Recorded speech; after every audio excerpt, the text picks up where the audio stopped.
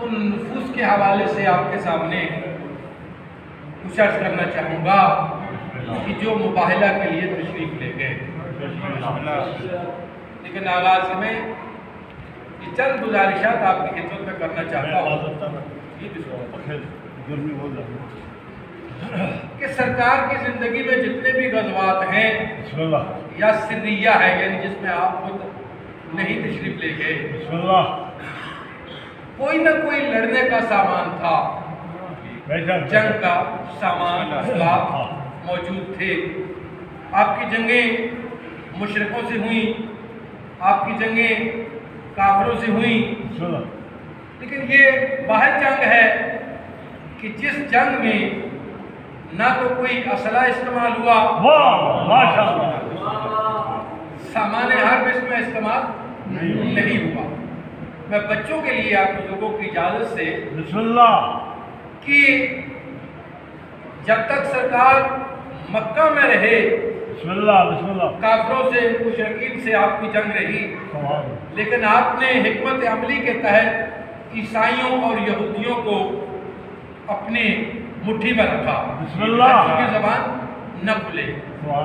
جب مدینہ میں آئے تو ایک عرصہ تک آپ کفار و مشرکین سے جنگ کرتے رہے، لیکن جب بڑی حد تک مسلمان اپنی سلطنت کو وسعت دے چکے تو اب اللہ کے رسول نے ان دونوں کی طرف توجہ کی، یہودیوں کی جانب بھی اور عیسائیوں کی جانب بھی۔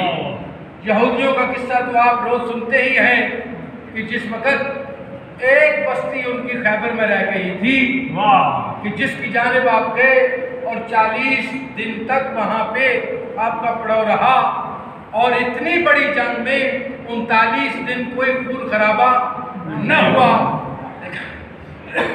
آخری دن جو ہے وہ سرکار ختمی مرتبت نے علم اس کے ہاتھ میں دیا۔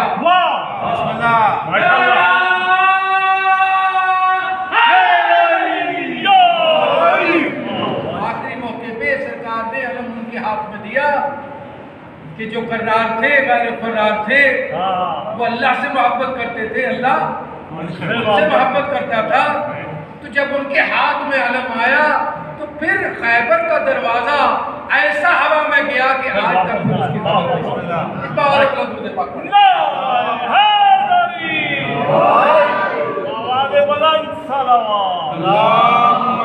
صلی علی محمد وآل محمد۔ اب کی توجہ ہو گئی، اب باقی رہ گئے تھے عیسائی۔ عیسائیوں کے ساتھ تنازع کیا تھا یہ سمجھنے کی ضرورت ہے، عیسائیوں کے ساتھ جھگڑا کیا تھا یہ سمجھنے کی ضرورت ہے۔ عیسائیوں کے ہاں جو عقیدہ تھا وہ یہ تھا کہ اللہ کا بیٹا ہے، حضرت نعوذ باللہ من ذالک حضرت عیسیٰ علیہ السلام کو وہ اللہ کا بیٹا مانتے تھے، تثلیث کے قائل تھے، یعنی 3 خداؤں کے قائل تھے۔ لیکن اسلام جس نے توحید کا پیغام اس انداز میں سرکار ختمی مرتبت نے دور جاہلیت کے بعد ایسے انداز میں اس توحید کے پیغام کو دنیا میں عام کیا کہ اب رہتی دنیا تک کسی بھی رنگ و نسل کا کوئی بھی کافر ہو، کوئی بھی مشرک ہو، کوئی عیسائی ہو، کوئی یہودی ہو، کوئی پارسی ہو، کوئی زرتشت ہو، کوئی آتش پرست ہو، وہ توحید سے انکار نہیں کر سکتا۔ تو اب سرکار ختمی مرتبت نے اپنی توجہ عیسائیوں کی جانب کی تو نجران سے عیسائیوں کا ایک وفد سرکار کے پاس آ گیا اور 3 دن تک گفتگو ہوتی رہی، دلائل ہوتے رہے، لیکن کوئی بات بنی نہیں۔ بالآخر اس بات کو ڈیسائیڈ کرنے کے لیے کہ وہ اللہ وحدہ لا شریک ہے، نہ اس کا کوئی بیٹا ہے، نہ اس کو کسی نے جنا، نہ اس سے کوئی جنا گیا، نہ کوئی اس کا شریک ہے، نہ اس کا کوئی ہمسر ہے، نہ اسے اس کی ضرورت ہے، اس بات کو طے کرنے کے لیے اللہ نے جبریل کو بھیجا اور کہا کہ اب جب علمی باتیں ہو چکی اور دلائل سے یہ بات ماننے کو تیار نہیں، اے نبی قل تعالوا ندعو ابناءنا وابناءکم، جاؤ اب ان سے کہہ دو کہ تم اپنے بیٹوں کو لے آؤ، ہم اپنے بیٹوں کو لے آتے ہیں، تم اپنی عورتوں کو نہیں بیٹیوں کو لے آؤ، ہم اپنی بیٹیوں کو لے آتے ہیں۔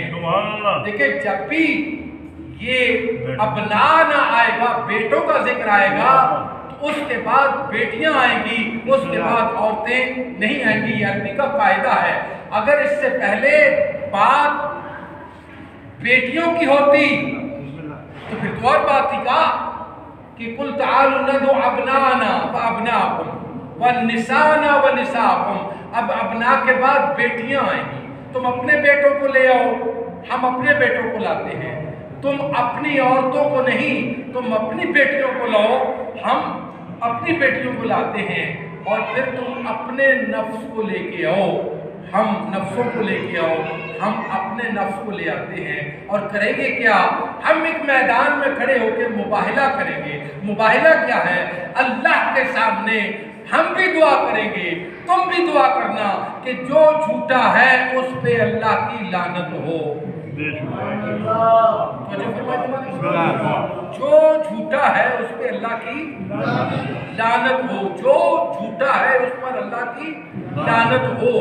تو پتہ یہ چلا کہ 1400 سال پہلے بھی انسان کا شعور اتنا بلند ہو چکا تھا، اس کو پتا تھا کہ لعنت ایک اتنا بڑا، ایک اتنی بڑی سزا ہے کہ دنیا میں اس سے بڑھ کے اور کوئی سزا ہے ہی نہیں۔ اگر اللہ کی لعنت کسی کے پیچھے لگ جائے تو پھر دنیا میں کوئی ایسا اور اس کے لیے دفاع کا کوئی ذریعہ ہے ہی نہیں۔ وہ لعنت ہر جگہ ہر مقام پر اس کے گلے میں جا کے پڑے گی۔ یہ آج سے 1400 سال پہلے بات طے ہو چکی ہے کہ اگر کوئی اللہ کی لعنت کا مستحق ہو جائے تو پھر اس کے لیے اللہ کی لعنت سے بچنا ناممکن ہے، ناممکن ہے، ممکن نہیں کہ وہ اللہ کی لعنت سے بچ سکے۔ توجہ فرمائے جماعت۔ اچھا، اس سے ایک اور واقعہ بھی میں یہاں پہ آپ کی خدمت میں عرض کر جاؤں بسم اللہ، کہ ایک مسلمان تھا، اس نے نبی سے جھگڑا کیا، جھگڑا تو یہ بھی کیا انہوں نے بھی، اس نے بھی کوئی جنگ نہیں لڑی، لیکن وہ کہتا کیا تھا؟ وہ کہتا یہ تھا کہ نبی آپ نے ہمیں کہا کہ نماز پڑھیں، ہم نے نماز پڑھ لی، آپ نے کہا روزہ رکھیں، ہم نے روزہ رکھ لیا، آپ نے کہا حج کریں، ہم نے حج کر لیا، آپ نے ہم سے جہاد کرایا، ہم نے جہاد کر لیا۔ لیکن اللہ کے نبی اب جاتے جاتے آپ اپنے باپ ہمارے اوپر اپنے چچا زاد بھائی علی ابن ابی طالب کی ولایت جو ہے وہ ہمارے گلے میں ڈالتے جا رہے ہیں۔ اگر یہ ولایت آپ کی جانب سے ہے تو پھر تو یہ ماننے والی نہیں، اگر یہ اللہ کی جانب سے ہے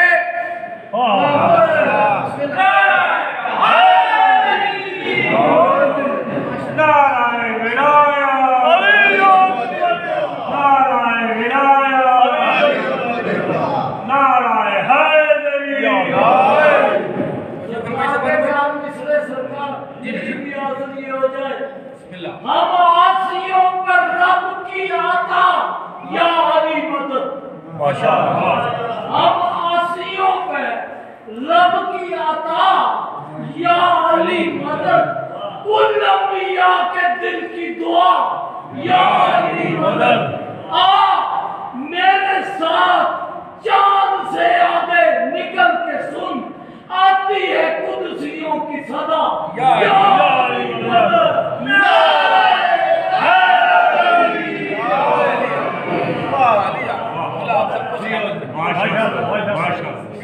جھگڑا اس نے بھی کیا تھا، کہا جی اگر اللہ کی جانب سے ہے تو پھر اللہ کو کہیں کہ اللہ عذاب دے۔ میں عرض کروں گا یہ عذاب سے بھی بڑی چیز کا نام لعنت ہے۔ عذاب سے بھی بڑی چیز کا نام لعنت ہے. جو عذاب میں چلے جانے کے بعد بھی لعنت سے چھٹکارا نہیں. اچھا کبھی کسی نے لعنت کے معنی بتائے؟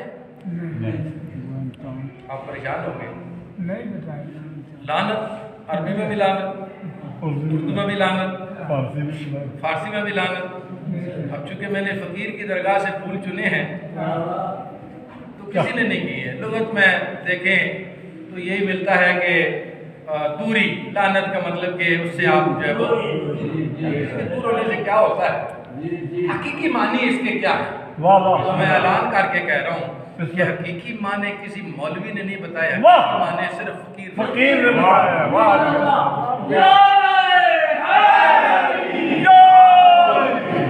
ابھی گنے چنے احباب میرے سامنے ہیں نا. ابھی بھی 2-4 ایسے میرے بھائی تشریف فرما ہیں جن کی توجہ نہیں. میں ان کی توجہ حاصل کرنے کے لیے پھر عرضی دے رہا ہوں اور ذمہ داری سے کہہ رہا ہوں. فارسی، عربی اور اردو میں لعنت ہی کہا جاتا ہے. اس کے معانی سے کبھی اس ممبر سے زیادہ بات نہیں ہوئی اور لغت میں بھی اس سے زیادہ بحث نہیں ہوئی. اس کے معنی بتانے کا حق بھی صرف فقیر ہی کو. اس کا معنی بتانے کا حق بھی صرف فقیر کو ہے. لعنت کے معنی فقیر نے بتائے ہیں. اجازت ہو تو عرض کر دوں. فقیر نے یہ قول دیا، یہ بولی دی اور ارشاد فرمایا حب علی، حب علی رحمت اللہ و بغض علی لعنت اللہ. اب یہ 4 لفظ ہیں، ان چاروں میں ہی اس کی ڈیفینیشن ہے. جو ڈیفینیشن نکلتی ہے وہ یہ نکلتی ہے کہ جہاں جہاں بغض علی ہے وہاں ہی تو لعنت ہے. لعنت کا معنی کیا نکلا؟ بغض علی.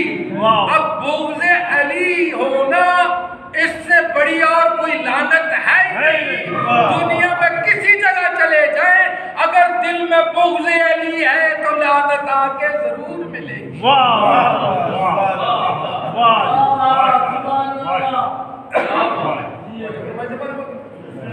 لعنت کے مقابلے میں کیا ہے؟ حب علی ہے. اگر حب علی ہے تو لعنت سے دور ہے. حب علی نہیں تو لعنت کے بالکل قریب ہے. لعنت اس کے سر پہ کھڑی ہے. تو میں اپنی بات سے متصل ہونا چاہتا ہوں. مانگا اس نے بھی تھا، اللہ نے عذاب دے دیا. انہوں نے کہا جناب مباہلہ کریں گے، آپ اپنے بیٹوں کو لائیں، ہم اپنے بیٹوں کو لاتے ہیں. آپ اپنی بیٹیوں کو لائیں، ہم اپنی بیٹیوں کو لے کے آتے ہیں. اور آپ اپنے نفوس کو لے کے آئیں، ہم اپنے نفوس کو لے کے آتے ہیں. کریں گے کیا؟ کاذبین پہ، جھوٹوں پہ لعنت کریں گے. اب جھوٹوں پہ لعنت کرنے کا حق کس کو ہے؟ جو خود سچا ہو. جو خود سچا ہو. اگر خود سچا نہیں ہوگا تو لعنت تو پھر پلٹ کے ادھر ہی آئے گی. اب اللہ کے رسول کو سچے لے جانے ہیں، ایسے سچے لے جانے ہیں کہ جو ایک جملہ کہا جاتا ہے کہ وہ ایک شخص ہے جو جھوٹ بولتا نہیں ہے، سچا ہے. جھوٹ بولتا نہیں، سچا ہے. اللہ کے نبی کو ایسا سچا نہیں لے کے جانا جو جھوٹ بولتا نہیں. بول سکتا ہے، بولتا نہیں. آج ایسے سچے لے کے جانے ہیں کہ جن سے اللہ نے جھوٹ کو ایسے دور رکھا ہے.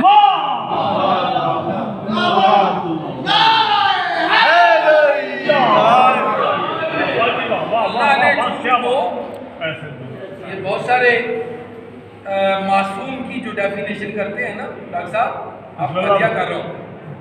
بہت سارے لوگ ہمارے یہاں بھی معصوم کی ڈیفینیشن یہ کرتے ہیں کہ جناب وہ گناہ تو کر سکتا ہے لیکن وہ کرتا نہیں ہے. یہ تو میرے مولا کے غلاموں کی شان ہے. یہ تو میرے مولا کے غلاموں کی شان ہے کہ ان کے اندر نفس موجود ہے، اس کے باوجود وہ نفس کے تابع نہیں، نفس ان کے تابع ہے. وہ گناہ نہیں کرتے. معصوم ہم کس کو کہتے ہیں؟ معصوم ہم اس کو کہتے ہیں کہ جس سے رجس دور رکھے اللہ، جس سے اللہ نے جھوٹ کو دور رکھا ہے. آج وہ صدیق چاہیے. اور کیوں چاہیے؟ میں نے پچھلے سال وعدہ کیا تھا کہ آئندہ سال اگر موقع ملا تو میں اس بات کا عقدہ کھولوں گا جو پچھلے سال مجلس میں موجود تھے. بات آ گئی. یہ کیوں کہا اللہ نے کہ آج اللہ کو ایسے صدیق چاہیے کہ جو جھوٹ سے ایسے دور ہوں کہ نہ ان کے نزدیک جھوٹ جا سکتا، نہ وہ جھوٹ کے نزدیک جانا ہی ممکن نہیں. جھوٹ ان سے دور ہو. جیسے آپ کہتے ہیں نا رجس ان سے دور ہے، رجس ان کے نزدیک آ ہی نہیں سکتا، رجس ان کے قریب.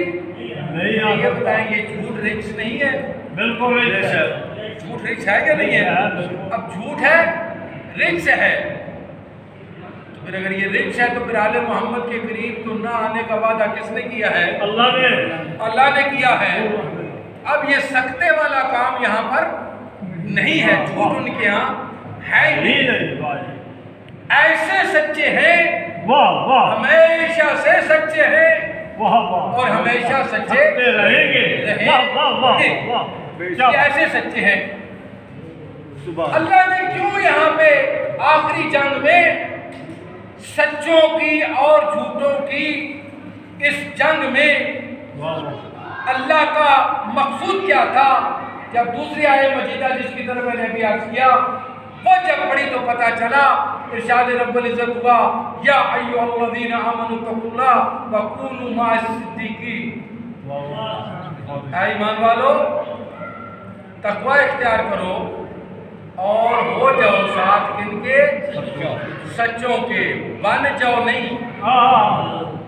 اللہ یہ بھی کہہ دیتا ہے تم سچے بن جاؤ. کہا نہیں، سچوں کے ساتھ بن نہیں جاؤ، سچوں کے ساتھ ہو جاؤ. اب یہ قیامت تک اعلان ہے اللہ کا کہ سچوں کے ساتھ ہو جاؤ. اب سچوں کے ساتھ ہونا یہ ضروری ہے.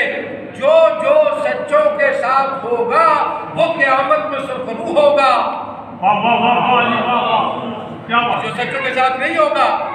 اب اس کے لیے دو باتوں کا جاننا بڑا ضروری ہے. میری آج کی گفتگو کا یہی مینڈیٹ ہے، یہی میری آج کے جو موضوع ہے یا گفتگو ہے اس کا جو مقصد و مطلوب ہے یہی ہے. دو چیزوں کا جاننا بہت ضروری ہے. ایک تو یہ پتہ ہو کہ وہ سچے ہیں کون، اور دوسرا یہ پتہ ہو کہ ان کے ساتھ ہونا کیسے. یہ پتہ ہو کہ وہ سچے ہیں کون، اور دوسرا یہ پتہ ہو کہ وہ صدیق ہیں. ہم نے ان کے ساتھ ہونا کیسے ہے. اچھا جو ان کے ساتھ ہو جائے وہ 100% کامیاب ہے. 100% کامیاب ہے. موضوع آپ کو پسند ہے نا؟ بات کو پورا کروں تو جتنے سارے بیٹھے ہیں اب میری طرف توجہ کریں. میں اپنی بات کو کھولتا ہوں. باوجہ بلند درود پاک پڑھیں.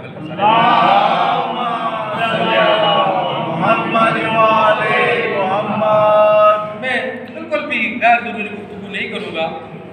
یہاں جتنے بیٹھے ہیں سب کو پتہ ہے کہ مباہلے میں حضور کس کو لے کے گئے؟ بیٹوں کی منزل پہ جناب حسنین کو لے کے گئے اور بیٹیاں ایک ہی بیٹی ساتھ لے کے گئے اور اس کے بعد نفوس ایک ہی نفس کو لے کے گئے جو نفس رسول ہے جناب علی مرتضیٰ. یہ 5 ہیں کہ جو میدان مباہلہ میں گئے ہیں. یہ 5 سچے ہیں. تو باقیوں کو ہم کیا کہیں گے؟ واہ واہ واہ باقی کیا ہے؟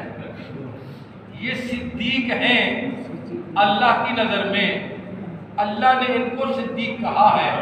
اگر یہ صدیق کسی سے ناراض ہو جائیں،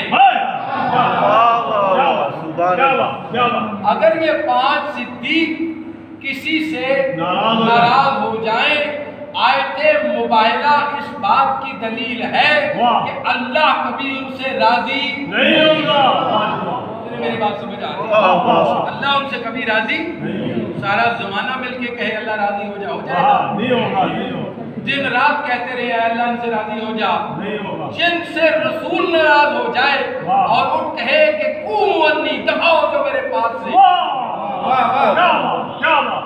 انہیں رسول اپنی محفل سے اٹھا دے اور کہ قوموا عنی، میرے پاس سے دفع ہو جاؤ، یہ راضی ہونے کی علامت ہے؟ آپ گھبرا گئے ہیں؟ جن کو نبی نے اپنی محفل سے اٹھا دیا، اب آپ ساری زندگی یہ کہتے رہے، دعائیں مانگتے رہے اللہ ان سے راضی ہو جا، اللہ راضی ہوگا؟ اللہ راضی نہیں ہوگا، اس لیے کہ اللہ کا نبی ان سے ناراض ہے۔ جن سے حسنین ناراض ہو جائیں، ان کی ناراضگی کا اتنا پتہ تھا کہ کم سن بچے نے ایک دن کہہ دیا، ایک جملہ کہہ دیا، سرکار امام حسین علیہ السلام نے کہا کہ غلام زادے کیسی باتیں کرتے ہو؟ اگر وہ غلام نہ ہوتے تو تحریریں لکھوانے کی ضرورت نہیں تھی۔ جن سے بی بی ناراض گئیں، سارا زمانہ کہتا رہے کہ اللہ ان سے راضی ہو جائے، اللہ کو کبھی راضی نہیں ہو، کہ اللہ نے مباہلہ میں یہ اعلان کر دیا ہے کہ جس کے حق میں بھی یہ لعنت کہیں گے، یہ دلیل ہے نا، کہ جس کے حق میں یہ کہیں گے۔ ابھی بھی کچھ ذہن ایسے ہیں جہاں میں لے جانا چاہتا ہوں نہیں پہنچے۔ دیکھیں، جس کو لعنت جس کے گلے ڈال گئی نا، اس کا سیدھا ٹھکانہ جہنم ہے۔ جس کو لعنت اللہ کی ملے وہ سیدھا ٹھکانہ جہنم ہے۔ مباہلہ یہ بتا رہا ہے کہ لعنت کے لیے دعا کرنے والی یہ 5 ہستیاں ہیں، اور عیسائیوں نے اس بات کو تسلیم کیا ہے کہ اگر ان کے دعا کے ہاتھ اٹھ گئے تو روئے زمین پر کوئی عیسائی نہیں رہے گا۔ تو دلیل ہے کہ اگر یہ کسی کے لیے کہہ دیں کہ اللہ یہ لعنتی ہے، اب جنت میں تو جا نہیں سکتا، جہنم کی کس جگہ پہ پہنچے گا، اس کا اندازہ بھی اس کو وہاں جا کے ہوگا کہ وہ مقام کیسا مقام ہے۔ اللہ نے ان کی رضا کو اپنی رضا کہا ہے، یہ جس سے راضی ہو جائے اللہ اس سے راضی ہو جاتا ہے، جس سے یہ ناراض ہو جائے اللہ اس سے ناراض ہو جاتا ہے، اس لیے کہ یہ اللہ کے نزدیک صدیق ہیں۔ جب اللہ نے یہ کہا کونوا مع الصادقین، یا ایھا الذین آمنوا اتقوا اللہ وکونوا مع الصادقین، صادقین، صادق ایک زیادہ ہوں، پھر صادقین جمع ہو گئے نا، صادقین، تم صادقین کے ساتھ ہو جاؤ۔ تو میں نے آپ کی خدمت عرض کیا کہ پہلے دیکھتے ہیں کہ یہ صادق کون ہے، نام میں نے آپ کو بتائے۔ آسان سا یہ ایک چھوٹا سا چیپٹر ہے قرآن پاک کا، اگر اس آیت پہ عمل کر لیا جائے اور لوگ سچوں کے ساتھ ہو جائیں تو پھر ان کی عاقبت سمجھ جائے گی، اور جو سچوں کے ساتھ نہیں ہوں گے انہیں لعنت آ گھیرے گی۔ تو قرآن نے کچھ سچے بتائے ہیں، میں آپ کی اجازت سے 2 سچوں کا تذکرہ کرنا چاہتا ہوں۔ اللہم صلی علی محمد وعلی محمد۔ جناب یہ سچے اور جھوٹے کی جو جنگ ہے نا، یہ بڑی عجیب جنگ ہوتی ہے، جہاں پہ